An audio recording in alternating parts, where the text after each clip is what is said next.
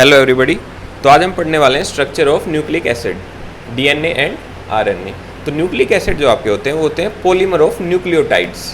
अब न्यूक्लियोटाइड क्या होते हैं? न्यूक्लियोटाइड आपके तीन चीज़ों से मिलके बने होते हैं, pentose sugar, C5 nitrogenous basis, जिसमें नाम से पता चल रहा है नाइट्रोजन पार्ट होगा important, third phosphoric acid ion PO3 negative ion. चलिए अब वन बाय वन इनको देख लेते हैं। कॉर्नर पे आई बटन पे क्लिक करके आप हमारी और वीडियोस देख सकते हैं। CSIR नेट JRF के लिए प्लेलिस्ट भी मिल जाएगी आपको, जो इंपॉर्टेंट टॉपिक्स इंपॉर्टेंट क्वेश्चन है ये सब आपको वहाँ पे मिल जाएगा। तो चलिए अब बात करते हैं पेंटोज शुगर की। न्यूक्लिक एसिड में पेंटोज शुगर दो तरीके की पाई जाती है, ribose sugar, deoxy ribose sugar. चलिए इनका स्ट्रक्चर देखते हैं, यहाँ से क्वेश्चन आ जाता है कई बारी। ये आपकी राइबोज शुगर है, इसका फॉर्मूला होगा C5H10O5 और ये आपकी आरएनए में पाई जाती है। अब इसका जो नेम हम लिखते हैं वो लिखते हैं बीटा डी राइबोज। बीटा का मतलब क्या होगा? यहाँ पे फर्स्ट कार्बन पे OH अगर आपका ऊपर है तो वो फॉर्म होती है आपकी बीटा, अगर ये नीचे होता तो ये अल्फा होती। जो हमारे डीएनए और आरएनए में मिलती है वो बीटा फॉर्म ही मिलती है इसकी। उसके बाद नेक्स्ट आता है डी। डी आपका सेकंड कार्बन के लिए होता है। सेकंड कार्बन पे अगर OH नीचे होता है तो ये होता है आपका डी, और अगर ये ऊपर होता तो ये L होता। तो आपका डीएनए और आरएनए में डी फॉर्म ही पाई जाती है। और राइबोज आपकी 5 कार्बन वाली ये पेंटोज शुगर को बोलते हैं। अब दोनों में डिफरेंस क्या होता है? डिफरेंस होता है खाली सेकंड कार्बन पे।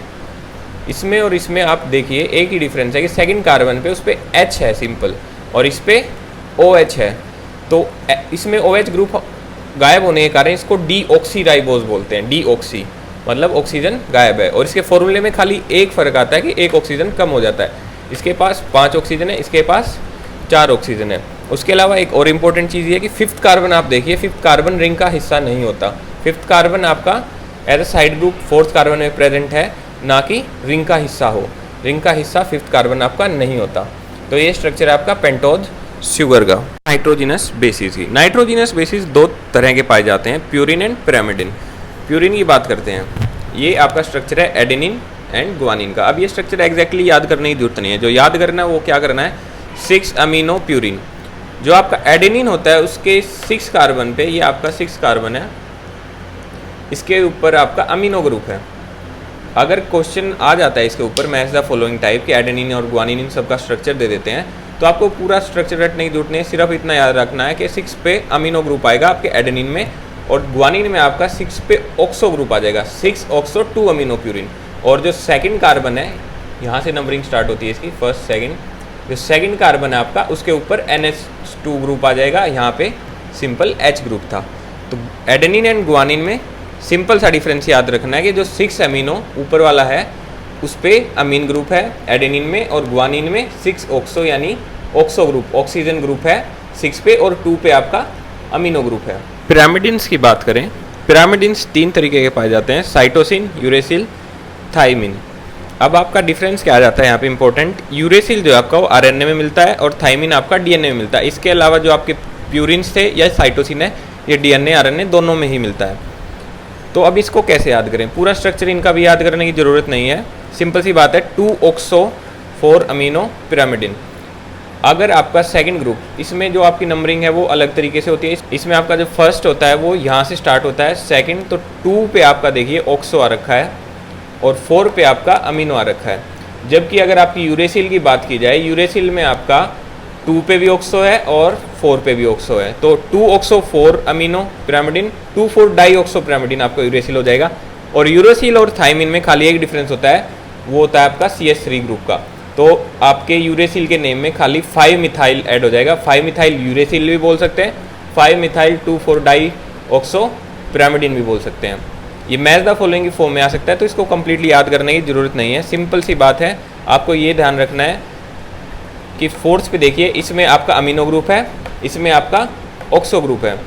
और आपका यूरेसिल और थाइमिन में क्या डिफरेंस आएगा, जो आपका फिफ्थ होगा, फिफ्थ के ऊपर आपका मिथाइल ग्रुप आ जाएगा। तो अब बात करते हैं न्यूक्लियोसाइड की। जो आपकी राइबोज शुगर है और नाइट्रोजिनस बेसिस हैं, वो दोनों कंबाइन करके बनाते हैं आपके न्यूक्लियोसाइड। अब ये कैसे बनता है ये इंपॉर्टेंट है, यहाँ से क्वेश्चन आ जाता है। जो आपका फर्स्ट कार्बन है आपकी राइबोज शुगर का, वो अगर प्यूरिन की बात की जाए, 9th जो होता है प्यूरिन में रिंग में, वो होता है आपका NH group. NH group present होता है 9th पे, बैक करके आप देख भी सकते हैं स्ट्रक्चर। और आपके फर्स्ट पे क्या प्रेजेंट था यहाँ पे OH ग्रुप, ये NH और ये OH, ये कंबाइन करके आपका बनाते हैं beta N glycosidic bond. Beta क्योंकि OH आपका ऊपर की ओर प्रेजेंट था, N क्योंकि नाइट्रोजन इन्वॉल्व है, तो ये बीटा N ग्लाइकोसाइडिक बॉन्ड बनाएंगे और इससे बन जाएगा आपका ये न्यूक्लियोसाइड। ये तो आपकी प्यूरिन की बात थी। पिरामिडिन की बात करें तो उसमें फर्स्ट जो आपका था रिंग का मेंबर वो भी NH ग्रुप ही था और यहाँ पे क्या था OH, तो ये NH और ये OH ये मिलके बनाएंगे बीटा N ग्लाइकोसाइडिक बॉन्ड और रिलीज क्या होता है यहाँ से H2O, तो ये आपका बन जाएगा न्यूक्लियोसाइड। अब यहाँ पे एक इम्पोर्टेंट कंसेप्ट आ जाता है सिन एंड एंटीफॉर्म। जो आपका ग्लाइकोसाइडिक बॉन्ड था इसके अराउंड रोटेशन होती है।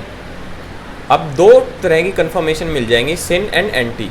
आपकी प्यूरिन्स की बात की जाए, प्यूरिन्स में देखिए आपकी डबल रिंग है, 9th मेंबर आपका अटैच्ड होता है ग्लाइकोसाइडिक बॉन्ड में, तो अब आपकी जो ये रिंग है 6 वाली, ये अंदर की तरफ भी आ सकती है या बाहर की तरफ भी जा सकती है। तो अंदर की तरफ जब ये आए इसको बोलते हैं सिन, और जब ये बाहर की तरफ चली जाए इसको बोलते हैं एंटी। और जबकि आपकी पिरामिडिन्स की बात की जाए उसमें तो रिंग 2 होती नहीं, लेकिन उसमें क्या प्रेजेंट होता है ऑक्सो ग्रुप। अब ऑक्सो ग्रुप अगर अंदर की तरफ आ जाता है तो उसको बोलते हैं सिन, और ऑक्सो ग्रुप बाहर की तरफ चला जाए तो वो हो जाता है एंटी। अब यहाँ पे जो इंपॉर्टेंट बात आती है वो आती है कौन किस फॉर्म में एग्जिस्ट करेगा। जो आपके पिरामिडिन्स हैं वो आपके एग्जिस्ट करेंगे एंटी फॉर्म में, एंटी फॉर्म। रीज़न आपका जो ऑक्सो ग्रुप है अगर यहाँ पे देखें तो स्टीरिक हिंड्रेंस होगी।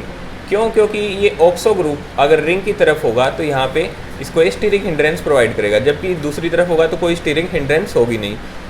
तो ये आपकी मोस्टली यही फॉर्म मिलेगी एंटी। जबकि अगर आपकी प्यूरिन्स की बात की जाए, प्यूरिन्स में आपकी दोनों फॉर्म मिलती हैं, ये भी फॉर्म मिलेगी, सिन फॉर्म भी मिलेगी और एंटी फॉर्म भी मिलेगी। और ये हम पढ़ेंगे आपके टाइप्स ऑफ डीएनए जब पढ़ेंगे, A DNA, B DNA, Z DNA, ये सब पढ़ेंगे, उसमें ये इंपॉर्टेंट यूज़ इसका आएगा। अब बात करते हैं पकरिंग की, बहुत इंपॉर्टेंट टॉपिक है। पकरिंग में क्या होता है, देखिए जैसे आपका राइबोज शुगर था, उसका स्ट्रक्चर हम इस तरह लेते हैं। इसको अगर हम सामने से देखें तो हमें इस तरह दिखता है, और इसको साइडवेज दिखें तो इस तरह दिखेगा, लेकिन ये प्लेनर होता नहीं। इसी चीज़ को हम पकरिंग कहते हैं। ये प्लेनर स्ट्रक्चर नहीं होता। किस तरह नहीं होता? जो आपका कार्बन 2 और 3 है इनमें से एक या तो प्लेन से अबव होगा या प्लेन से बिलो होगा। अगर ये प्लेन के अबव है, नाइट्रोजिनस बेस जो आपका फर्स्ट से अटैच होता है उसकी साइड है, तो इसको बोलते हैं C3 एंडो। ऐसे C2 एंडो क्या होगा, जब आपका सेकंड कार्बन प्लेन से ऊपर की ओर होगा नाइट्रोजिनस बेस की तरफ, उसको बोलेंगे C2 एंडो। एक्सो आपका इतना इंपॉर्टेंट होता नहीं है, वैसे देख लेते हैं। एक्सो में क्या होगा, नाइट्रोजिनस बेस जो आपका अटैच्ड होता है उससे अपोजिट डायरेक्शन में, दैट इज प्लेन के नीचे की ओर आपका C3 या C2 होगा। वो अब इसकी इंपॉर्टेंस कहाँ आती है, क्वेश्चन कहाँ से आता है, आपके टाइप ऑफ डीएनए से। आपका जो ए डीएनए होता है और आरएनए होता है उसमें आपका C3 एंडो मिलेगा मोस्टली, बी डीएनए में आपका C2 एंडो मिलेगा।